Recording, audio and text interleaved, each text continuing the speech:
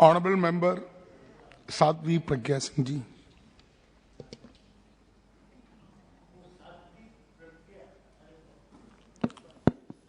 No comment, no comments.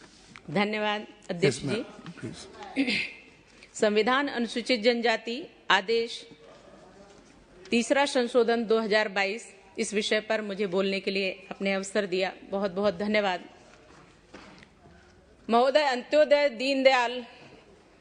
Deendayal ji की अंत्योदय योजना, इसमें क्रियान्वित उच्च विचार के साथ क्रियान्वयन भी होता है। हमारी सरकार इसको मुख्य रूप से लेती है और दीनदयाल योजना के अंतर्गत जो पंक्ति में अंतिम व्यक्ति है, जो कहीं से भी अगर पीड़ित है, वंचित है, शोषित है, गरीब है, किसी प्रकार से उसको योजनाएं नहीं मिल रही हैं, विकास करने का अवसर नहीं मिल रहा है, उसको ये अवसर प्रदान किया जाता है। हमारी सरकार में इस बात पर ध्यान दिया जाता है।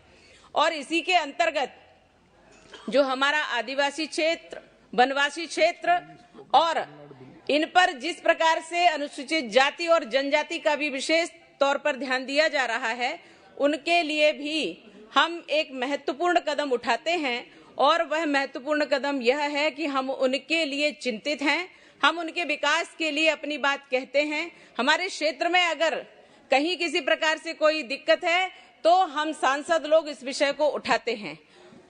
महोदय, माननीय प्रधानमंत्री मोदी जी ने कहा, सबका साथ, सबका विकास, सबका विश्वास और सबका प्रयास। हम सब अपने अपने क्षेत्र की बात करते हैं, अनुसूचित जाति जनजाति की बात करते हैं, वनवासी क्षेत्र में रहने वाले समस्त जातियों की बात कर रहे हैं। और आज ये जो संशोधन लाया गया है, इस तृतीय संशोधन में हम उनको सम्मिलित करने की बात कर रहे हैं।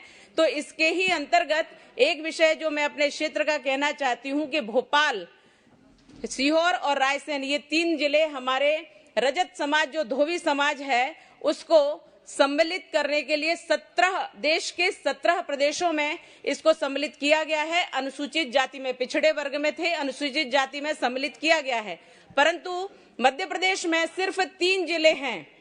उन 3 जिलों के अलावा पूरा मध्य प्रदेश में वो पिछड़े वर्ग में आते हैं। इसलिए वो समस्या खड़ी होती है कि जब भी उस अनुसूचित जाति में जो आते हैं उनको पिछड़े वर्ग में, कहीं जाते हैं तो पिछड़े वर्ग में माना जाता है, कहीं जाते हैं तो अनुसूचित जाति में माना जाता है।